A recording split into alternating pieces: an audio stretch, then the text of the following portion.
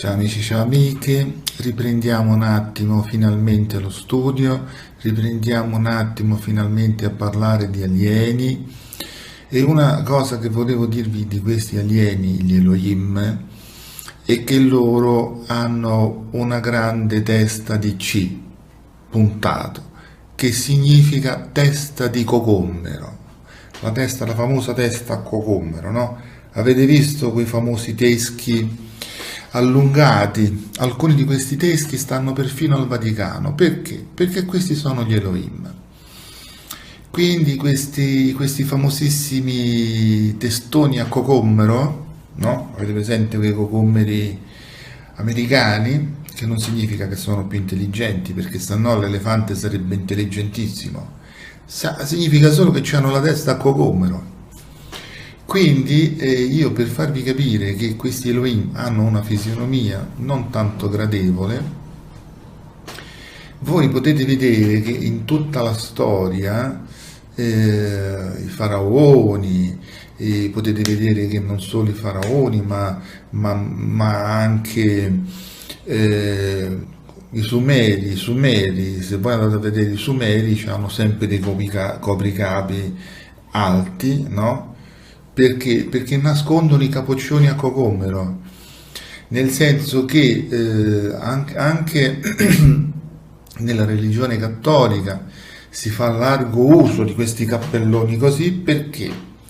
Perché è una tradizione che consentirebbe, caso un Elohim volesse comandare direttamente, di poter comandare senza essere visto come un essere strano, perché con questi cappelloni copricocommero ecco là che nessuno beccherebbe, diciamo, questo è un alieno, capito? Questa deformità fisionomica che caratterizza gli Elohim.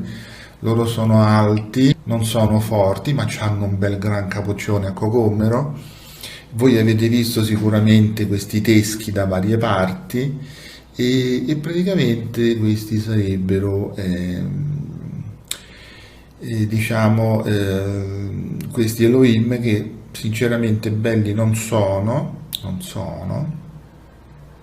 Alcuni di questi Elohim si dice che hanno regnato nell'antichissimo Egitto durante dei tempi assurdamente lunghi, perché ovviamente se questi qui erano alieni potevano regnare, vivere talmente a lungo, no? Le primissime dinastie, non so se avete presente, se ne avete mai sentito parlare.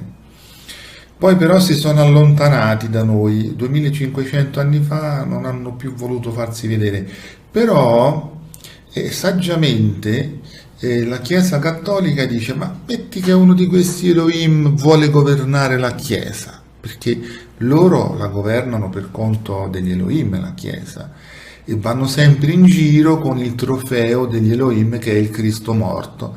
Se lo portano da tutte le parti il Cristo morto: abbiamo vinto, abbiamo ucciso il Cristo. Quindi questo Cristo morto che se lo portano da tutte le parti è il trofeo degli Elohim. Questi gran capoccioni, questi testa di C, che è l'abbreviazione di testa di cocommero, e queste teste di cocommero, se dovessero diciamo essere fatti papi, la Chiesa si è organizzata anche per questa eventualità. Ha visto mai che uno di queste teste di cocommero vuole dirigere personalmente la Chiesa, questa bellissima creazione che impone il fatto che Gesù sia stato sconfitto, e si portano questo trofeo del Cristo morto sconfitto da tutte le parti? E quindi ecco lì che hanno inventato questo cappello del Papa, un cappello che tutti i papi usano, hanno sempre usato. Capito? Che se venisse uno di questi Elohim se lo mette e nessuno dice niente, perché nessuno si accorge del testone a cocommero. Ok? Questo, diciamo, è un po' un discorso delle caratteristiche di questi Elohim, che sono anche bruttarelli, ma il testone a cocommero, e che dice: ma questo ma che è un alieno? E beh sì. Quindi Avrete visto questi teschi a cocomero un po' dappertutto. Se ne è parlato molto di questi teschi che addirittura non hanno una struttura come ce l'ha là il teschio umano, nel senso che il teschio umano ha delle separazioni ossee, invece loro no, non hanno neanche questo, e quindi sono effettivamente dei teschi alieni. Siamo compatibili geneticamente, stessa intelligenza, la capacità di parlare, eccetera, eccetera, però questi sono venuti un po' più bruttini, capito? Vivendo poi su Marte erano diventati più alti, però deboli perché la loro forza fisica era minore. Vedete in molte rappresentazioni antichissime sumere questi che avevano delle strane cose alle braccia e alle gambe perché erano degli exoscheletri che gli permettevano di muoversi agevolmente anche sulla Terra che ha una forza di gravità maggiore. Quindi questo per quello che riguarda gli Elohim è un identikit un pochino più chiaro e questo spiega anche perché non si fanno vedere, perché verrebbero subito identificati come differenti, come diversi e non certo rassicuranti per noi umani. Quindi questo conclude un po' l'identikit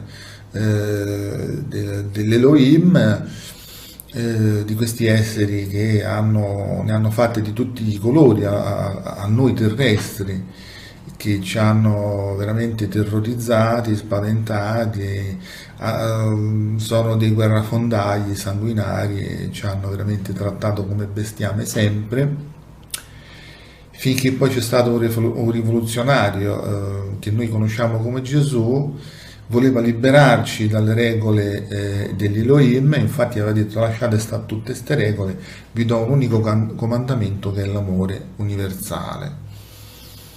Poi l'hanno subito ammazzato ed è diventato il simbolo della loro vittoria. È un po' come mettere, come facevano certi antichi che mettevano la testa dello sconfitto su un palo e giravano con sta testa come per dire vedi l'abbiamo sconfitto. La stessa cosa. Un messaggio molto chiaro.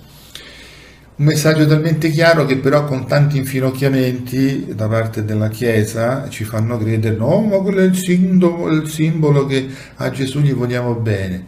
Ma guardate che Gesù viene pregato, e comunque lasciamo stare il discorso delle preghiere, al quinto posto, dopo Padre Pio. Cioè, voi vi immaginate questo povero Gesù a cosa è stato ridotto?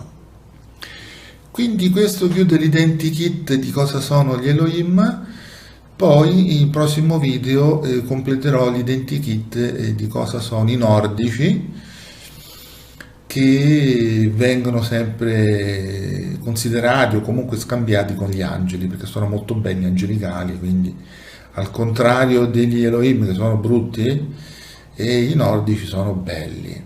E quindi il prossimo video che vorrei fare sarebbe completare le caratteristiche di quest'altra specie aliena che sono i nordici.